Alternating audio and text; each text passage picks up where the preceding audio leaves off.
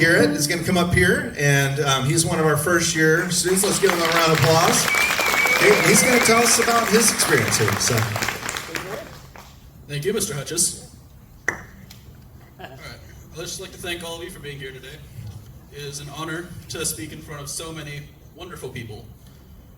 And I'm just going to say a little bit about my experience here and looking towards the future about what I'm going to be doing in the aviation field. So, it is my pleasure to be here today to celebrate the inaugural year of CTEC Aviation. This program started as a lofty pastime I considered too expensive to practice or enter to as a hobby or career.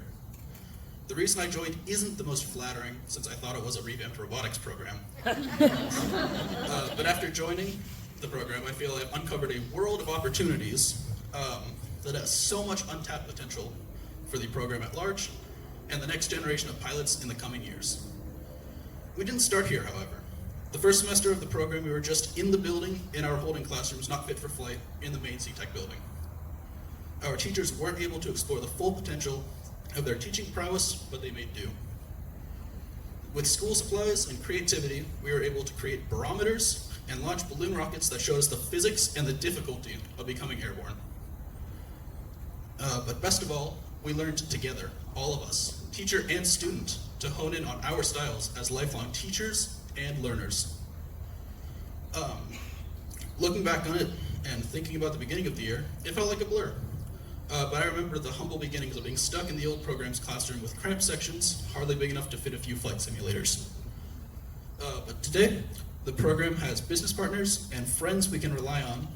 We as students are taught the basics of keeping healthy relations with these business partners, and in return, we create apprenticeship opportunities and entrances into our career paths. In this year alone, we have had maps and tools and aircraft parts donated to us by incredibly generous people that have a burning passion for the industry and hope for the future generation of aviators, and we couldn't be more thankful. The tools at our disposal to teach are immeasurable compared to my own school. A full motion flight simulator sits in this very building towards the back, which we use to practice safe flying and plan routes that add to our actual flight time for future licenses. Cases full of tools that I could hardly name at the beginning of the year sit in the room around us, and now I can name most of them. And I have learned so much just from observing the mechanics of aircraft, especially by looking into the blue fuselage just over here. We've also learned mostly, for the most part, the rules of the air and to respect the space for the deceivingly dangerous place that it really is for aviators that are uninformed. Looking to the future, my aspiring specialty is aerospace, sending drones and rockets to the cosmos to hopefully make us an interplanetary species. And the better we have a grasp of flight and engineering and leadership and confidence especially as lifelong students, the better we can achieve our goals. And I know I will. I think that is something that we can all take a lesson from. Thank you very much.